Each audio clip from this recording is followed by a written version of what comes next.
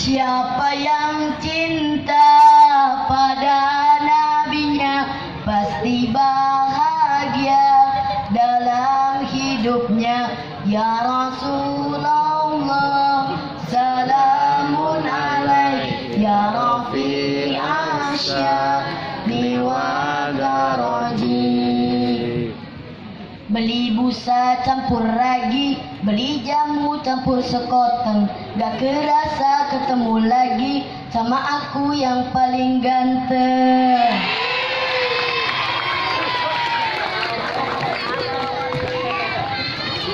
Assalamualaikum warahmatullahi wabarakatuh.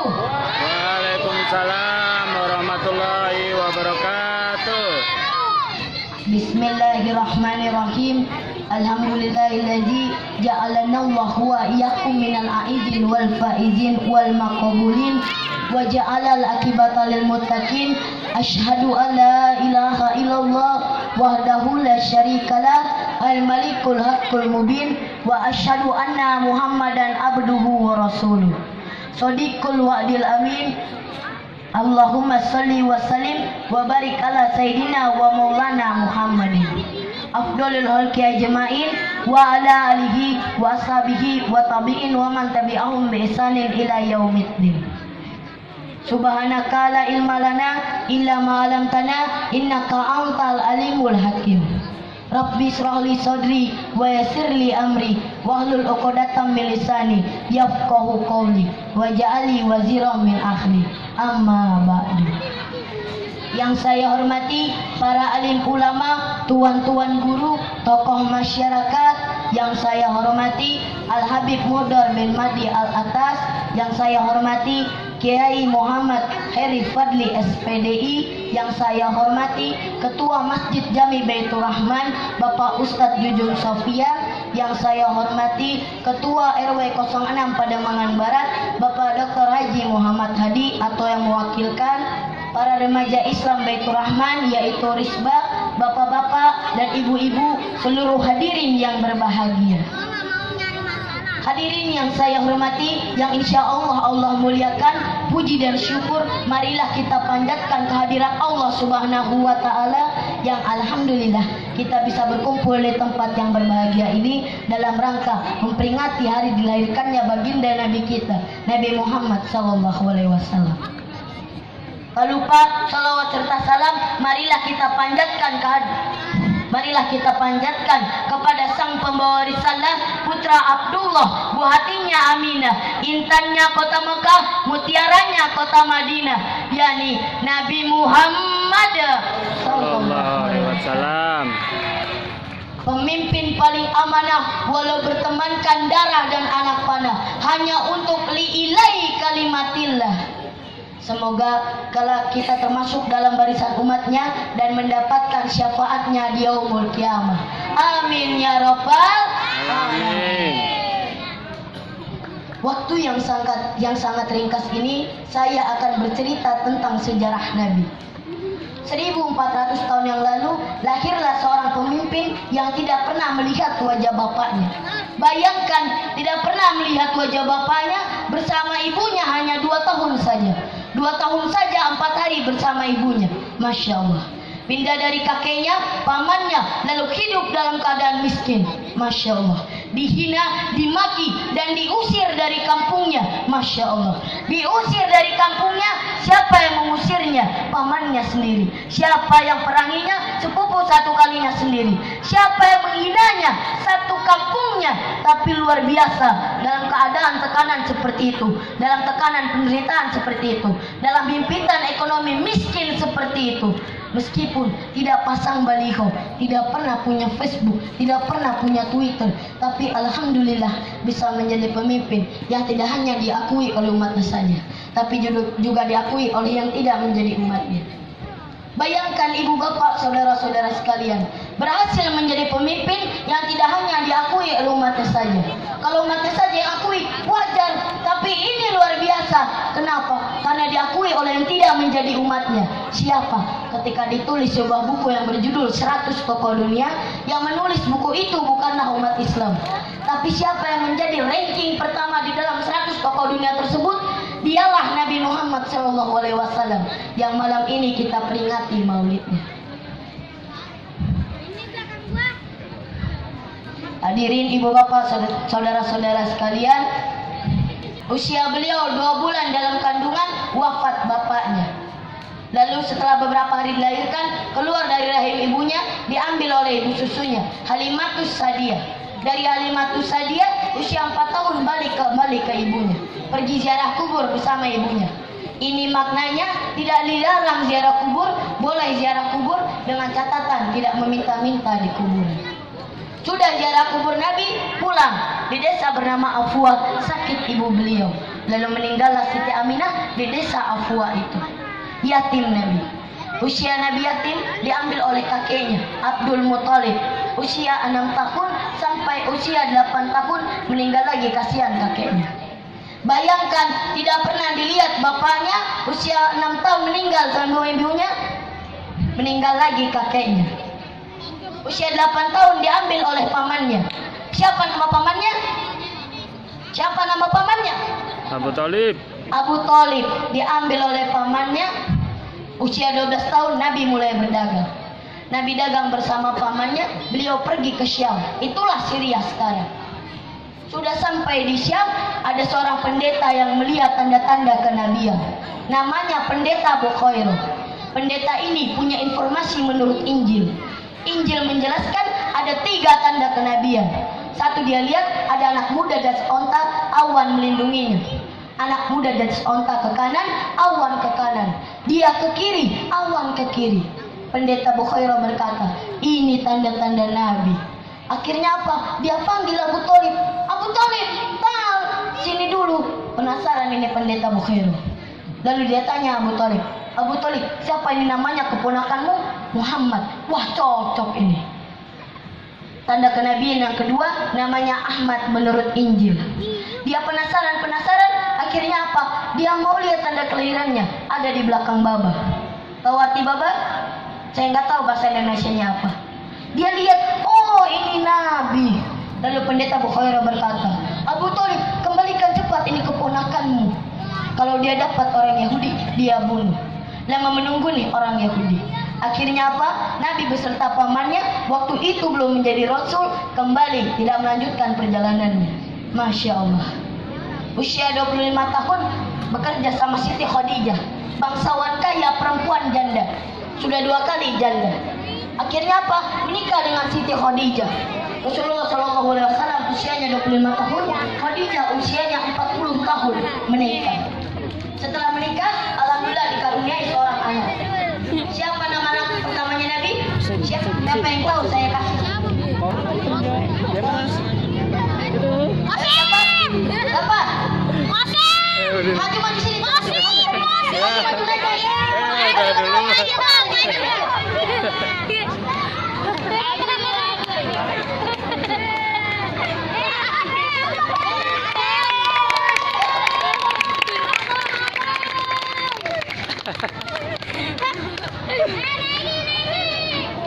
Sebelum jawab pertanyaan saya, ada passwordnya. Siapa nama neneknya Rehan?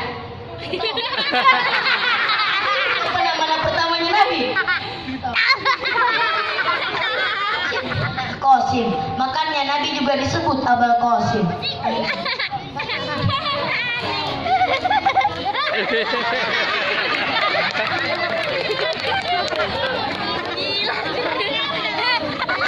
Siapa yang tahu ada berapa anak Nabi? Berapa? 5. Berapa? Angkat tangan. Berapa? 5. Anak Nabi 7. Karena ibu jauh sekali, ibu nggak dapat hadiahnya. Hadiah dari Allah Subhanahu wa Ta'ala. Berapa laki-laki? Berapa perempuan? Berapa? 3 laki-laki, 4 perempuan. Ibu bapak, saudara-saudara sekalian, usia Nabi setelah menikah 40 tahun, Nabi mulai gelisah. Kenapa ini orang Mekah menyembah batu? Kenapa ini orang Mekah menyembah batu? Nabi gelisah. Akhirnya Nabi selalu merenung di sebuah gua. Siapa yang tahu nama guanya? Apa nama guanya? Nah, Gua Hiro. Semuanya tahu, jadi nggak jadi kasih hadiah. Nabi selalu merenung di Gua Hiro. Akhirnya pada malam 17 Ramadan, Nabi dipeluk Nabi. Iqra, baca. Nabi bilang, saya tidak tahu membaca. Baca, saya tidak tahu membaca. Akhirnya Nabi ketiga kalinya berkata, Iqra bismi rabbikal ladzi khalaq. Baca atas nama Tuhanmu. Dilantiklah Nabi menjadi Rasul pada usia 40 tahun. Ibu bapak saudara-saudara sekalian, usia 40 tahun lalu Nabi pulang. Nabi berkata di rumahnya, Bu, kedinginan saya, kasihan, selimuti saya. Bu ibu, kira-kira kalau suami ibu pergi 3 hari nggak ada kabar, pulang kedinginan terus bilang, Bu, selimuti saya. Kira-kira apa jawaban ibu? Apa? Langsung diselimutin? Tidak, diinterogasi dulu. Dari mana kau? Pergi 3 hari nggak ada kabar, pulang kedinginan. Sungguh tega kau. Mana HP-mu? Periksa dulu. Khadijah tidak. Nabi pulang kedinginan, Nabi bersabda, selimuti saya. Khadijah dengan tegas menjawab, sami'na wa ata'na. Saya dengar dan saya taat. Hikmah maulid yang pertama ibu-ibu, kalau mau cintai Nabi, maka cintailah Nabi dengan cara apa? Hilangkan sangka buruk pada suami. Berhentilah sangka buruk sama manusia, terutama dalam rumah tangga. Sangka baik saja. Tiba-tiba nih, ibu lagi di rumah ngaji, ada SMS, Bu, saya lihat suami ibu ngomongin cewek. Maka kalau dia wanita muslimah yang baik, maka dia jawab, Alhamdulillah, berarti suami saya dapat rezeki. Dia bilang lagi yang kirim, kok bisa? Karena suami saya tukang ojek, jadi pantas dia ngomongin cewek. Berhentilah sangka buruk, tidak ada baiknya sangka buruk. Berdoa pun tidak boleh sangka buruk. Insya Allah orang yang sangka baik tidak akan rusak hatinya. Hati yang bersih, dia akan punya hidup dunia dan di akhirat. Ibu bapak, saudara-saudara sekalian, selanjutnya usia Nabi makin ujur. 12 Rabiul Awal, hari Senin, tahun ke-11 Hijriah, Rasulullah SAW sakit. Fitrahnya Nabi cabut naik ke atas meninggalkan telapak kaki. Dingin betis beliau sampai ke paha, sampai ke perut, sampai ke dada, sampai ke kerongkongan. Wafat Nabi. Ketika hari kebangkitan, Nabi dibangkitkan. Nabi manusia pertama yang dibangkitkan.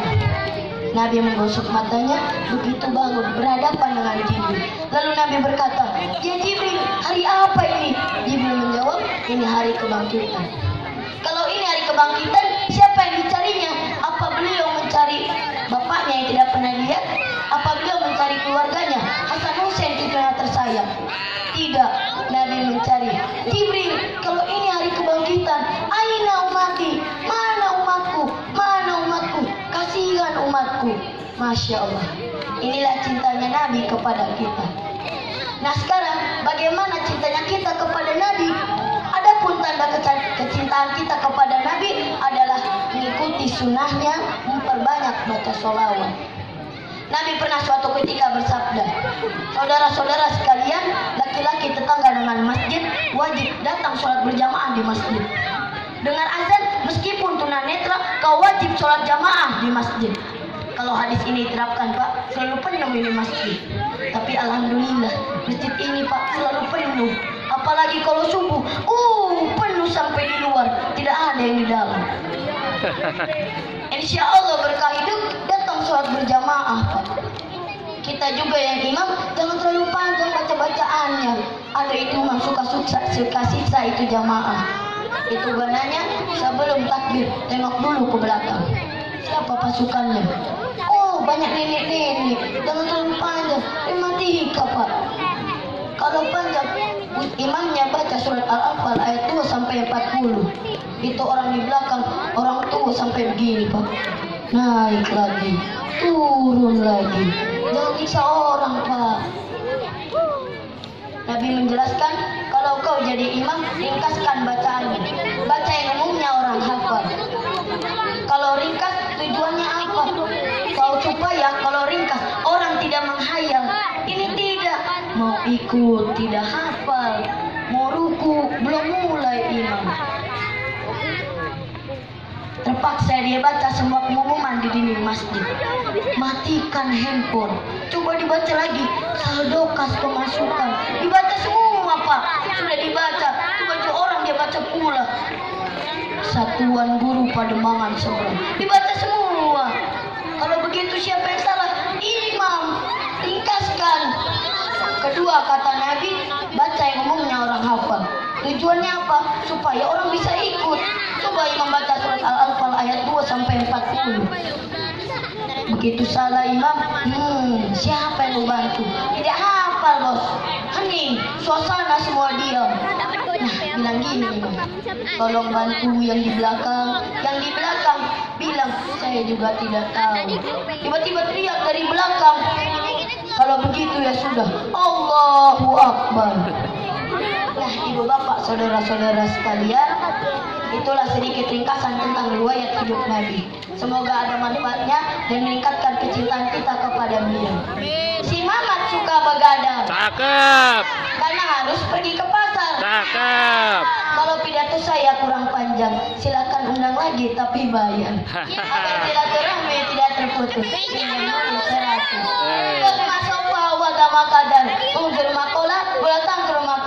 Wassalamualaikum warahmatullahi wabarakatuh.